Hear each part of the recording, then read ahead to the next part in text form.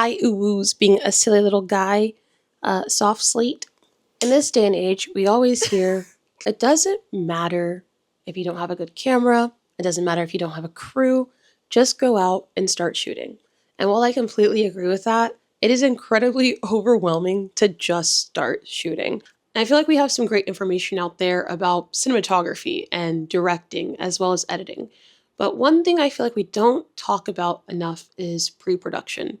And I want to share some information on how to nail down your pre production in order to make your projects a little bit more organized and seamless in the long run. My credentials, you might be wondering.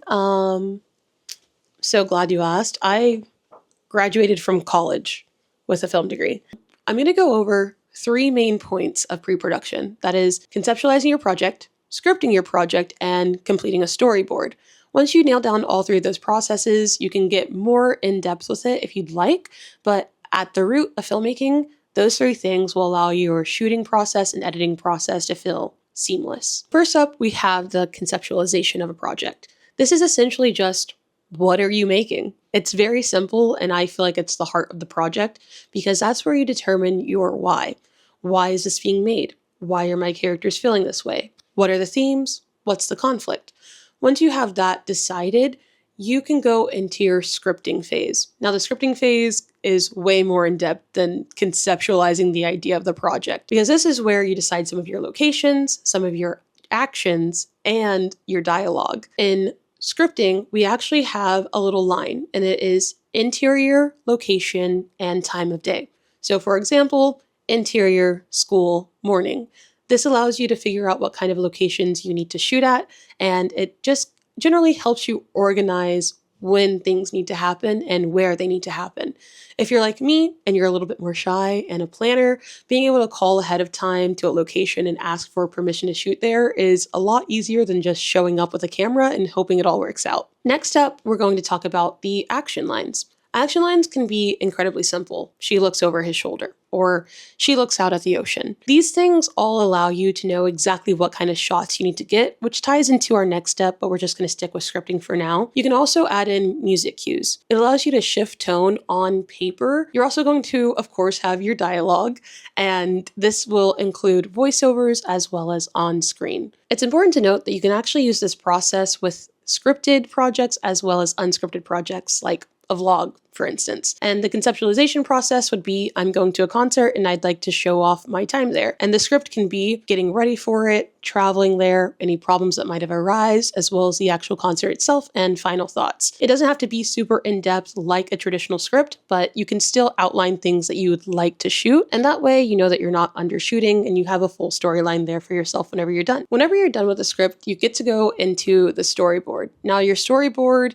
in simplest terms, is going to be all of the shots that you'd like to get, as well as how you want your film to be edited at the end of the day. There are a few key components of a storyboard. One that many people are familiar with is the image. The image is going to be what kind of shot you're getting. Your main shots that you should always have are an establishing shot, a wide shot, a medium shot, and a close-up. There are different names for all of these shots because filmmakers like to get a little bit too silly with it, but just know once you have your main shots, you can start getting a little bit more creative. You also have arrows that you can use to show if you're zooming in, zooming out, panning left or right, as well as doing more intricate shots like a Zolly shot. Whenever you list this out, you know exactly what kind of equipment you need on set. You know, if you're usually a solo shooter, if you need extra hands on deck to get the shot that you'd like, or you know that you need to figure out how to do it in post-production. But either way, you're prepared to get the shot that you need in order to achieve that final effect. Another thing that you have on your storyboard is going to be the description. This is what's happening in that shot. For instance, if you are doing a lot of cutting back and forth in a dialogue scene, you want to know how often you're switching between your characters, and you want to know if you need to get multiple takes of them saying the same thing, or if it's okay to just get one general shot for them and edit it together.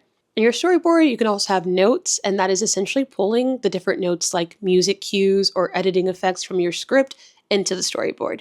So your storyboard is a visual representation of the full script and how you'd like everything to play out. In content, we talk a lot about personal branding, and your storyboard can be really, really great for that. For instance, if you have captions pop up at any time in your film, You can always decide what kind of typography is going to be shown at that specific point in time and write it down as a note in your storyboard so that you in the future or an editor that you're handing the project off to knows exactly what kind of style you want. You can also have things like a color palette already decided in the storyboard.